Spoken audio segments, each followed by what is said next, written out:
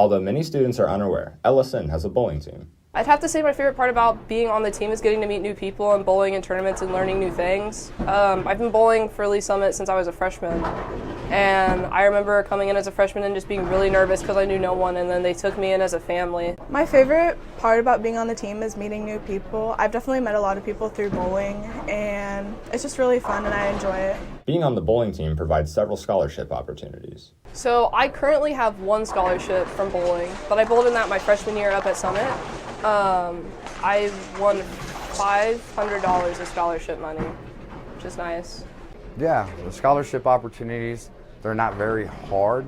You just have to be able to put in the work and want to show up. So they have a Pepsi Challenge tournament that they can do. If you finish in the top 3, I think at state, that gives them scholarship opportunities. There's also youth tournaments that they can bowl in that also get you scholarship money. The team is always looking for more members, no matter the skill level. I would tell you to come out and join the team. No matter how bad you think you are, you can always get improved with coaching and become a better bowler. I would do it. Gives you something to do.